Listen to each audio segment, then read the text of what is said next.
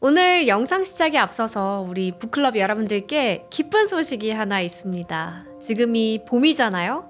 새싹이 돋아나고 벚꽃을 비롯해서 봄꽃들이 막 아름다움을 뽐내기 시작하는 그런 계절인데요. 그래서인지 그동안 해보지 못했던 새로운 시작과 또 새로운 도전을 하기 딱 좋은 날들이라고 생각을 하거든요. 우리 1% 북클럽에서도 새로운 작은 도전을 해보고자 합니다. 바로 오프라인 북클럽입니다.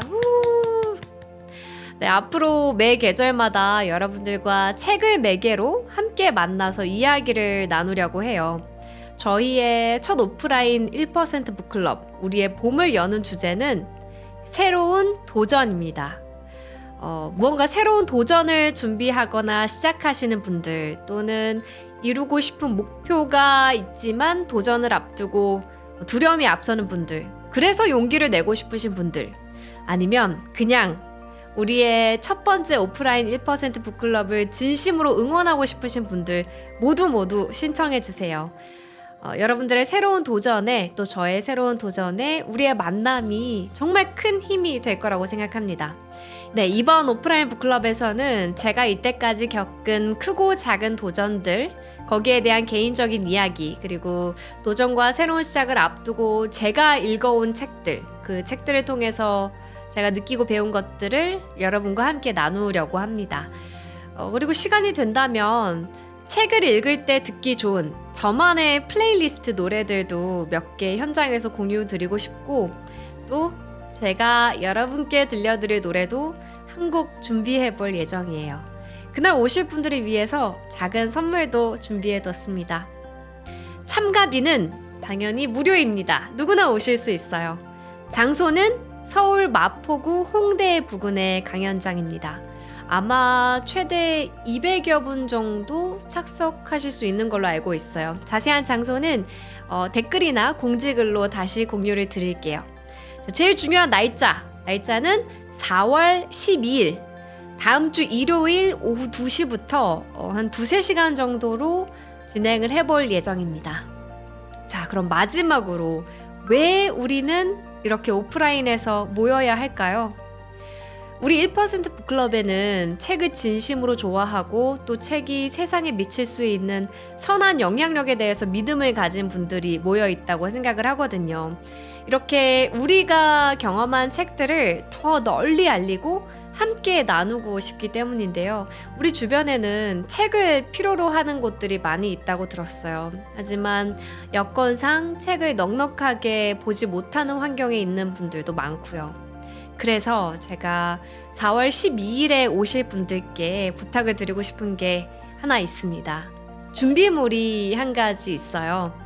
여러분들의 책장에 있는 책들 중에 다른 사람을 위해 기부할 수 있는 한 권을 가지고 와주시면 좋겠어요. 그리고 그 책들을 필요로 하는 분들께 우리들의 이름으로 전달을 하려고 해요. 우리의 만남이, 또 우리의 독서가 나의 인생을 바꾸는 걸 넘어서 우리 이웃들의 삶에도 도움이 되길 바라거든요. 저 혼자서는 어렵지만 우리 북클럽 여러분들과 함께라면 충분히 책을 통해서 세상을 더 아름답게 만들 수 있을 것 같아요. 그럼 4월 12일 일요일에 우리 북클럽 여러분들을 실제로 뵙게 되는 날을 손꼽아 기다리고 있을게요. 저는 항상 궁금했거든요. 우리 채널 구독자분들이 어떤 표정과 어떤 아우라와 어떤 분위기, 또 어떤 성향을 가진 분들일지. 그동안은 여러분들을 댓글로만 만났었는데 실제로 뵙게 된다고 생각하니까 저도 많이 떨려요. 많이 신청해 주시길 설레는 마음으로 기다리고 있을게요. 그리고 신청은 아래 고정 댓글 링크를 클릭해 주세요. 선착순으로 모시겠습니다. 그리고 제가 오늘 소개해드릴 책은 저희 오프라인 만남의 주제처럼 새로운 도전에 대한 두려움이 느껴질 때 제가 읽었던 책이에요. 이연 작가님의 겁내지 않고 그림 그리는 법. 아마 이연 작가님은 유튜브로 먼저 접해서 알고 계신 분들이 많이 계실 텐데, 저는 이연님을 책을 통해서 먼저 알았거든요. 이 책의 제목이 겁내지 않고 그림 그리는 법이어서 어떻게 하면 그림을 잘 그릴 수 있는지, 미술책 아니야? 이렇게 생각하실 수도 있어요. 근데 사실 이 책은 인생 에세이에 더 가까운 책이에요.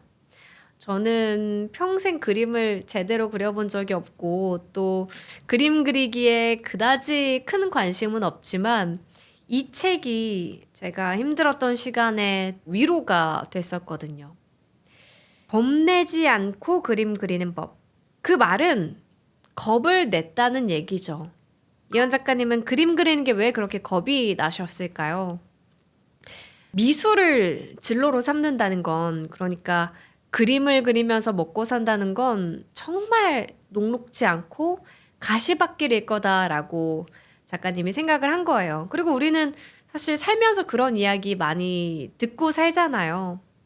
그리고 이현 작가님은 이렇게 생각을 하셨대요. 나는 그냥 남들보다 조금 더 잘 그릴 뿐이야. 남들의 재능에 비해서 그렇게 특별하지 않아. 좋아하는 일은 그냥 취미로만 해야지. 좋아하는 일을 업으로 삼게 되면 불행해질 거야.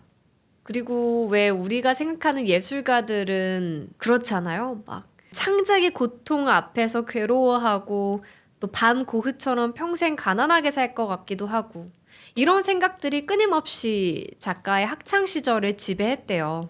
근데 우리 모두 다 이런 비슷한 경험이 있을 거예요. 그러다가 어린 시절의 꿈을 포기하게 되기도 하고요. 제가 이 책에서 정말 정말 좋았던 문장이 있어요. 내가 그림을 그려도 될까? 이 챕터에 나오는 문장인데요. 내가 겪은 바에 의하면 멋진 일은 대개 두려움을 동반한다. 멋진 일을 해내려면 당연히 두려운 마음이 들 수밖에 없다는 거예요. 근데 또 이어지는 문장도 너무 멋져요. 그럴 때는 이 사실 하나만 기억하면 된다. 내가 지금 굉장히 멋진 일을 하고 있구나. 그리고 또 이현 작가님은 삶이 많이 힘들 때, 우울해질 때, 아, 내가 지금 이렇게 힘든 만큼 내 인생의 자서전에 분량이 늘어나겠구나. 와, 너무 멋진 생각이지 않아요? 내가 지금 겪는 고난은 내 자서전의 분량을 늘려줄 뿐이다. 이 문장은 정말 몇 년이 지나서도 계속 가슴에 남게 되는 문장인 것 같아요.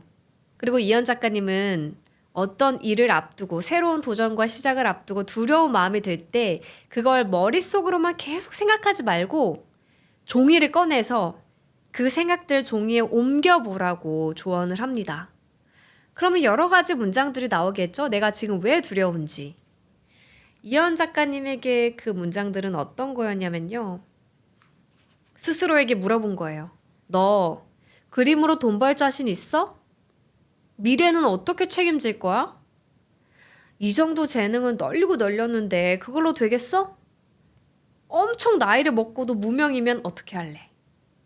자, 이런 질문들이 작가님을 계속 괴롭혀 왔는데 이 질문들에 대한 답도 스스로 한번 써보는 거예요. 자, 일단 그림으로 돈 벌 자신 있어? 여기에 대해서 이한 작가님은 스스로 반박을 했습니다. 왜 꼭 그림으로만 돈을 벌려고 해? 그림을 업으로 삼는 사람들도 그림 외에 다른 수입이 있을 수 있잖아. 요즘은 적성 검사 진짜 잘 돼 있잖아요. 나에게 적성에 맞는 일이 한 가지가 아닐 텐데 그림으로만 먹고 살려고 할 생각하지 말고 다양한 일을 하면서 살 수 있다고 선택지를 열어놔라. 이런 이야기를 스스로에게 했습니다. 그리고 두 번째, 미래는 어떻게 책임질 거야? 이거는 너무 거대한 질문이에요.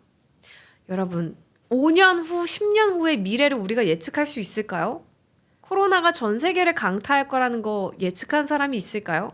이란 전쟁이 일어나서 전 세계 시가총액이 1경이 넘게 증발할 거라고 예측한 사람이 많이 있을까요?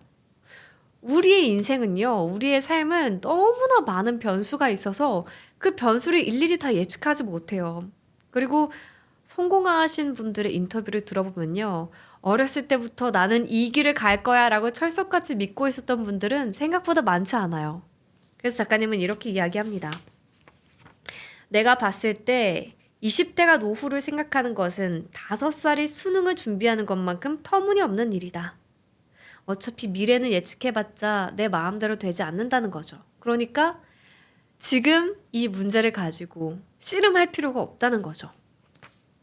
그 다음, 이 정도 재능은 널리고 널렸는데 그걸로 되겠어? 물론 재능을 가지고 태어나면 훨씬 인생이 수월해질 수는 있겠죠. 그런데 인생이 긴데 재능만으로 끝까지 갈 수 있는 사람이 몇이나 될까요? 김연아 선수처럼 타고난 재능이 있어도 뼈를 깎는 노력을 하지 않으면 결코 그 위치까지 올라가지 못할 거예요.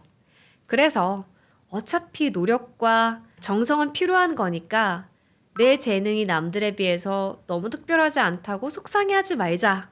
이렇게 생각하라는 거예요. 그리고 마지막, 엄청 나이를 먹고도 무명이면 어떻게 할래? 물론 모두가 유명해지고 싶고 타인의 인정을 받고 싶어 하겠죠. 특히 요즘같이 SNS가 발달한 세상에서는 누구보다 빨리 유명해지고 싶고 누구보다 빨리 돈을 벌고 싶을 거예요. 근데 이때 이현 작가님이 꽂힌 문장이 있었대요. 바로 와, 이거 진짜 강력한 문장입니다. 무명을 즐겨라. 이 말은 언젠가는 내가 당연히 무명을 벗어나게 될 거고 그 전까지 나는 자유의 몸이기 때문에 그 시기를 즐기라는 거거든요. 아직 내가 유명해지지 않았다는 건 지금 마음껏 시행착오를 겪어도 된다는 거거든요. 너무 유명해지고 너무 남들의 기대 수준이 높아지다 보면 그때부터는 제대로 시도하기가 어려워질 수 있어요. 예를 들면 제임스 카메론 감독, 스티븐 스필버그 감독, 봉준호 감독, 박찬욱 감독 이분들은 영화 한 편 내려면 얼마나 부담이 되겠어요. 다들 기대 수준이 엄청 높을 테니까요. 가수들도 마찬가지죠. 내가 지금 대한민국을 주름 잡는 가수라면 신곡을 발표할 때마다 떨릴 거예요. 그치만 내가 아직 무명이라면 이것저것 여러 가지 장르를 시도해 볼 수도 있고 대중적이지 않은 장르를 시도해 볼 수 있는 거죠. 그러니까 무명을 즐기라는 말에는 어떻게 보면 인생의 그런 아름다운 진리가 함축되어 있는 문장인 것 같기도 했어요. 이 문장도 참 좋았습니다. 여러분, 두려움을 링 위에서 마주하고 주먹이라도 휘둘러 본 다음 판단하자. 머릿속으로만 계속 고민하고 두려워하지 말고 지금 당장 행동으로 옮겨서 작은 일이라도 해보자는 거죠. 그런 의미에서 저도 이때까지 제가 겪은 도전, 그리고 제가 느낀 그런 두려움을 극복하는 그 과정들을 여러분들과 오프라인 모임에서 꼭 나눠보고 싶어요. 제가 이런 오프라인 모임을 하는 게 정말 태어나서 처음이거든요. 어떻게 보면 저희 채널을 사랑해주시는 저희 채널의 팬분들, 구독자분들을 만나 뵙게 되는 건데, 제 인생에서 이런 모임이 처음이다 보니까 감이 안 오는 거예요. 예전에 TV 프로그램에서 그걸 본 적이 있거든요. 한 분이 팬미팅을 하셨던 것 같아요. 근데 그 자리가 굉장히 휑했어요. 생각한 것만큼 많은 분들이 와주시지 않았던 거죠. 그래서 저도 제가 200석 규모의 강연장을 빌려놨는데 대관한 상태인데 몇 분이나 와주시려나? 저와 또 저의 채널에 대한 이야기를 들어주기 위해서 홍대까지 먼 길에 와주시는 분들이 몇 분이나 되실까? 그런 질문이 사실 요 며칠 저를 계속 괴롭혔어요. 그래서 혹시 나도 강연장이 안 차면 어떡하지? 빈자리가 너무 많으면 어떡하지? 이런 두려움에 지금 이 오프라인 모임을 추진하는 게 맞나? 하는 생각도 했었어요. 근데 저희 채널이 진짜 여러분들의 사랑 덕분에 무럭무럭 자라서 어느덧 20만 구독자분을 앞두고 있고 그리고 또 여러분께서 보내주신 그런 사랑에 저도 보답하고 싶은 마음도 있었거든요. 그래서 지금은 저도 이렇게 제 두려움을 저는 메모장에 쓴 건 아니고 핸드폰에 메모장에 정리해봤어요. 제가 생각하는 이 두려움. 그래, 진짜로 200분이 아니라 뭐 50분, 100분 밖에 안 오면 어떡하지? 근데 생각해보면 그게 큰일이 아닌 거예요. 몇 분이 오셨든 그게 뭐가 중요해요. 그냥 오신 분들의 그 감사한 마음을 잘 받아서 오프라인 모임 한 2시간, 3시간 즐겁고 재밌게 끝내면 되지. 그런 생각을 하니까 객석이 다 안 차면 뭐 큰일이 일어나나? 이런 생각을 하니까 더 이상 두렵지 않아졌어요. 저의 그 두려움의 실체를 글로 쓰고 나니까 그게 진짜 별거 아니더라고요. 그래서 저는 관객분들의 숫자에 연연하지 않고 그냥 너무 즐겁고 떨리는 마음으로 여러분들을 모실 날을 준비를 하고 있을게요. 그럼 우리 4월 12일에 즐거운 마음으로 만나요. 단어 속에 안녕. 잠긴 세계 끝없는 여행이 시작돼 나는 책을